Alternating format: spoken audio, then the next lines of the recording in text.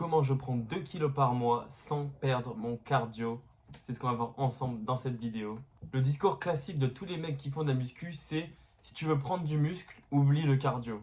En gros, c'est soit l'un, soit l'autre. Spoiler, moi j'ai fait l'inverse. J'avoue que je sais pas qui c'est qui a décidé que prendre du muscle, c'était devenir un frigo qui ne court plus. Perso, je cours 2 fois par semaine, je boxe, je fais du sprint. Et pourtant, je prends 2 kilos par mois de manière constante et prédictible, sans jamais perdre mon souffle. Et je te rassure, tout ça, c'est pas de la magie, c'est juste une autre manière de s'entraîner qu'on n'a encore pas trop vu sur le marché français. Reste bien jusqu'à la fin parce que je vais t'expliquer toute la méthode en détail. Le truc, c'est que la plupart des mecs, ils font l'erreur classique. L'erreur classique, c'est ils veulent prendre du muscle et ils veulent copier, du coup, les bodybuilders. C'est ce que la plupart des mecs que je vois faire, ils font. Et du coup, le résultat, ils finissent par bouffer comme 4. Ils s'entraînent 6 fois par semaine et ils finissent rincés après 2 étages de marche. Après, c'est un peu exagéré, mais c'est pour te dire qu'ils n'ont pas de cardio. Et après, ils se demandent du coup pourquoi leur cardio s'effondre, pourquoi ils se sentent lourds, fatigués ou même carrément blessés. C'est parce qu'on leur a rabâché que le cardio, ça bouffe le muscle. Mais en vrai, le cardio, c'est pas le problème. C'est comment tu t'entraînes. Et c'est là que la majorité se plante complètement. Parce qu'aujourd'hui, si tu veux un corps qui dure, faut arrêter de t'entraîner comme un bodybuilder. Il faut commencer à t'entraîner comme un vrai athlète. Parce que le but, c'est pas juste d'avoir des muscles, c'est d'avoir un corps qui sert à quelque chose qui soit fonctionnel. Un corps qui court vite, qui frappe fort, qui encaisse, qui bouge bien et qui reste sec. Et pour ça, il faut que ton entraînement stimule ton corps dans plusieurs différentes directions. Il y a la force, la vitesse, la mobilité, l'endurance et la coordination. C'est ce que j'appelle l'approche hybride. Si vous avez déjà entendu le terme et que vous êtes familier avec, c'est parfait. En gros, c'est tu construis du muscle comme un powerlifter, tu bouges comme un combattant et tu respires comme un coureur. Tu réunis tous les aspects pour en prendre le meilleur. Résultat, tu n'as pas juste un beau physique qui est esthétique, tu as un corps complet, utile et qui est performant. Et c'est exactement ce que je fais avec mes élèves. Ils prennent du muscle sans devenir lourds et leur cardio explose au lieu de complètement disparaître. Et tu sais quoi, là-bas, j'étais loin d'être comme celui que je suis à l'heure actuelle. Et encore, je suis très loin de mon objectif physique. Vous allez voir, je vais vous en parler un peu plus en détail dans les prochaines vidéos. Faut te dire que j'étais à 50 kg tout pile. Vous voyez le squeletton, c'est exactement pareil. Le genre de physique où t'as beau faire du sport, t'as toujours l'air du pote qu'on protège en sport co. C'est vraiment le truc infâme. C'est des critiques constantes. C'est le truc où tu te sens pas bien dans ton corps. Et en plus, j'ai de l'asthme. Donc le cardio, c'était vraiment pas mon meilleur ami. Et pourtant, il faut savoir que j'étais pas mauvais là-dedans. Mais qu'à force de me concentrer sur la prise de masse, j'ai arrêté de bosser sur mon souffle. Résultat, dès qu'un entraînement il devenait trop intense pour moi, j'étais complètement à bout de souffle. Et c'est là que j'ai capté ce truc-là. C'est que t'as beau être plus musclé, si ton corps il suit pas, eh ben, t'es pas en meilleure forme, t'es pas en meilleure santé. Et aujourd'hui, je vais bientôt atteindre les 60 kilos. C'est encore loin de mon objectif. Mais j'ai gagné du muscle, j'ai un gros cardio. Et surtout, j'ai beaucoup plus d'énergie que jamais. Mon corps, il est entièrement fonctionnel dans tous les domaines. J'ai pas juste pris du poids, j'ai construit un corps qui fonctionne et qui me sert dans tout ce que je fais. La prise de masse, elle vient appuyer tout le reste. Elle vient rendre un physique aussi plus esthétique, même si, comme je l'ai dit, il me reste encore du poids à prendre. Et du coup, la première étape, c'est l'entraînement hybride. Donc perso, je m'entraîne 3 à 4 fois par semaine, pas plus. 3 séances muscles orientées, donc ça va être force et volume, ce qu'on peut voir en mode full body, avec de l'explosivité qui est intégrée directement à l'intérieur. Et ensuite, j'ai une séance cardio, donc ça peut être de la boxe, des sprints ou des circuits du type HIIT, pour ceux qui connaissent. Vous avez juste à regarder en vrai sur YouTube, vous trouverez plein de vidéos HIIT, ou si vous voulez que j'en fasse une, bah, également j'en ferai une.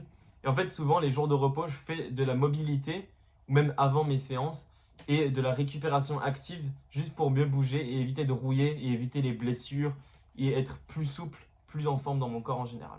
Le but, ça va pas être d'être fatigué tout le temps, c'est d'être prêt tout le temps. Je veux pouvoir soulever lourd et courir vite en même temps. Et crois-moi, ton corps, il va réagir 10 fois mieux quand il doit s'adapter à plusieurs types de stress au lieu d'un seul. Bon, on arrive sur le point le plus dur, je dirais, pour la plupart des personnes qui ont du mal à prendre du poids comme moi, qui sont ectomorphes, la bouffe. Parce que la bouffe, c'est tout le temps ce qui bloque. Parce que perso, moi j'ai un métabolisme de dingue, donc je vais brûler, même si je reste sur mon canapé, je vais tout brûler en calories. Peu importe ce que je demande, j'avais l'impression que ça disparaissait tout le temps dans la seconde. Et du coup, mes repas, c'était un calvaire. Je reste 2 heures à table en train de finir mon assiette, à me forcer comme un malade et à essayer de gratter 200 calories de plus. Je pense qu'on a tous connu un peu ce genre de scénario. C'est un enfer. On est d'accord pour dire que c'est clairement un enfer. Et c'est horrible de se dire que tu dois encore manger alors que tu n'as plus faim, ça fait 20 minutes, t'en peux plus. Et c'est là que j'ai capté un truc qui est vraiment fondamental, c'est que si tu veux prendre du poids, il faut le faire intelligemment. Il ne faut pas juste manger plus, il faut apprendre à manger plus. Et là, il y a toute une différence. Et justement pour ça, il y a 3 hacks simples que j'ai découverts. Le premier hack, je pense que tu l'as entendu aussi, c'est les calories liquides. C'est vraiment un truc à implémenter de toute urgence en fait. Parce que si tu as du mal à manger en quantité, fais en sorte de boire tes calories et ce sera beaucoup plus simple. Un smoothie, ça peut être, du coup moi mon smoothie, il y a banane, avoine, du lait de riz, parce que bon, voilà, le lait normal, je le digère pas très bien. Ok, du beurre de cacahuète, etc. Donc tu peux faire franchement un truc à 1000 calories, un truc un peu stock, tu vois. Et un smoothie, comme je le disais, tu peux soit le finir en 5 minutes, tu te dis, oh, je le finis en 2 secondes, je le finis en 5 minutes. Soit si tu le mets à côté pendant que tu es en train de travailler quoi que ce soit, ça peut durer 1 heure ou 2 heures, quoi. Donc vraiment, essaie de le terminer en 5 minutes, parce que c'est vraiment possible. C'est juste que faut être concentré dessus, tu sors pas de la cuisine tant que t'as pas bouffé ton smoothie, quoi. Et ça te rajoute 1000 calories ou plus tous les jours. Ensuite, il va falloir agrandir ton estomac de façon intelligente. C'est là aussi où il y a beaucoup de mal. C'est tu peux entraîner ton corps à manger plus comme n'importe quel muscle. Tu peux commencer par, en premier temps, à augmenter les portions. Tu vas ajouter 100 calories, 200 calories de plus par semaine, pas plus. Le but, ça va pas être de se gaver. C'est de désensibiliser ton cerveau à la satiété rapide, cette sensation où tu te dis que tu n'as plus faim. Et en 3 à 4 semaines, ton corps il va s'adapter, ton appétit va augmenter au fur et à mesure et ça devient de plus en plus naturel. Le troisième étape, je sais que ça va être un peu chiant, c'est de compter au moins pendant un temps tes calories. Parce que tant que tu ne comptes pas, tu vas penser que tu manges beaucoup, mais en fait, quand tu regardes les faits, tu manges rien. Et même moi, je me suis frappé cette réalité-là. En réalité, tu es juste à ton maintien. Pendant quelques semaines, note ce que tu manges. Tu vas être choqué de voir que tous les gros repas, ils sont pas si lourds que ça en calories en fait. Alors on est d'accord, je te dis pas de traquer comme un taré toutes les calories sur MyFitnessPal. C'est juste, dans un premier temps, apprendre à calibrer ton corps, à savoir exactement ses besoins. Et ensuite, le piège à éviter, avec un œuf au milieu, c'est assez marrant. Surtout, n'augmente pas ton entraînement en même temps. Parce que beaucoup se disent qu'il faut, comme ils mangent plus, il faut qu'ils s'entraînent encore plus. Ça, c'est une grosse erreur. Parce que si tu t'entraînes trop ou que tu dors pas assez, ton corps il va juste cramer ses calories pour survivre. Donc résultat, tu vas pas avancer. Donc le combo gagnant, il est simple, c'est plus de calories, un volume d'entraînement qui est maîtrisé et du vrai sommeil. Parce que le sommeil, c'est vraiment très très important et c'est trop sous-estimé en fait. Et c'est là que ton corps il va commencer enfin à construire du muscle et arrêter de brûler tout à tout va. Et du coup, on en vient, la récup intelligente, là où la majorité se plante, c'est vraiment ici aussi. C'est que tu peux avoir le meilleur programme du monde, la meilleure nutrition du monde. Si tu dors 5 heures par nuit, que tu commences à dormir à partir de 1 heure tous les jours et que tu te réveilles à 5 heures, c'est cuit.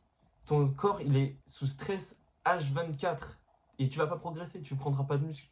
Perso, je recommande 7 à 8 heures par jour, marcher tous les jours, faire du travail respiratoire, ça va aider avec le stress et couper les écrans 30 minutes avant d'aller dormir. Et crois-moi, ça va tout changer. Parce que c'est littéralement ce qui te permet d'enchaîner les séances sans te cramer.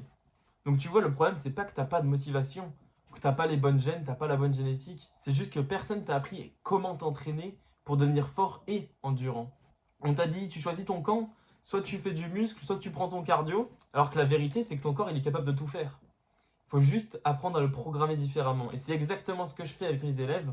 En 5 mois, ils apprennent à prendre du muscle, booster leur cardio, donc prendre de la masse, et rester sec, sans s'entraîner tous les jours, ni suivre une diète de moine, un truc de fou. Si tu veux que je t'aide à adapter ça à toi, ton emploi du temps et ton métabolisme, j'offre un appel gratuit de 30 minutes. Le but est simple, on regarde où tu en es, je t'explique ce que tu dois changer, les améliorations à faire, et tu repars avec ton plan clair. C'est tout. Le lien est en description, et si tu as kiffé la vidéo, n'hésite pas à laisser un like, ça fait toujours plaisir, à t'abonner si tu vas apprendre comment te construire un corps d'athlète. Et on se retrouve très vite pour la prochaine vidéo. Ciao!